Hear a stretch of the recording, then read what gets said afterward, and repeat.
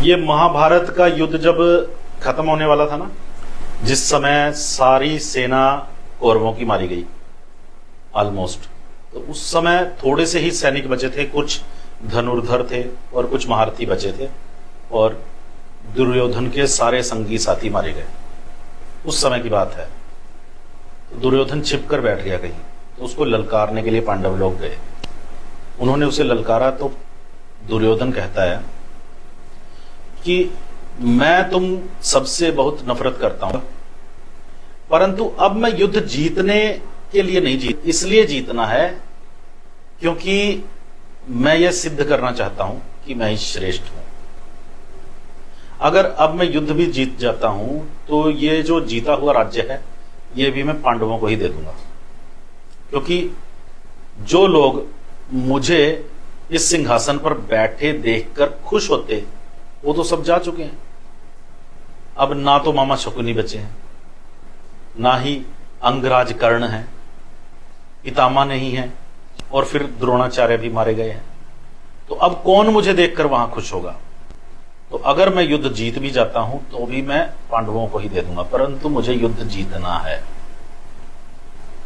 तो बात यहां पर किसी आदर्श की नहीं हो रही।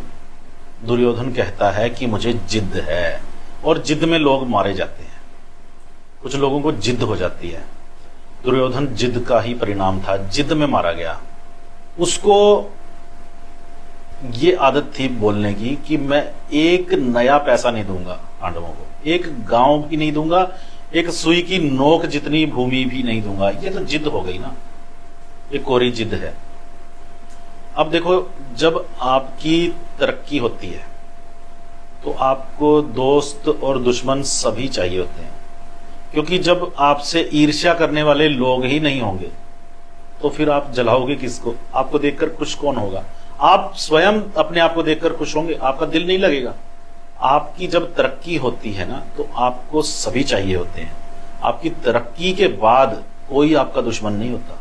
आप एक पोजीशन हासिल कर लेते हो, उसके बाद आप सभी को चाहने लगते हो, छोटी मोटी वैर विरोध सब भूल जाते हो। ये तभी तक जारी रहता है जब तक आप संघर्ष कर रहे हो।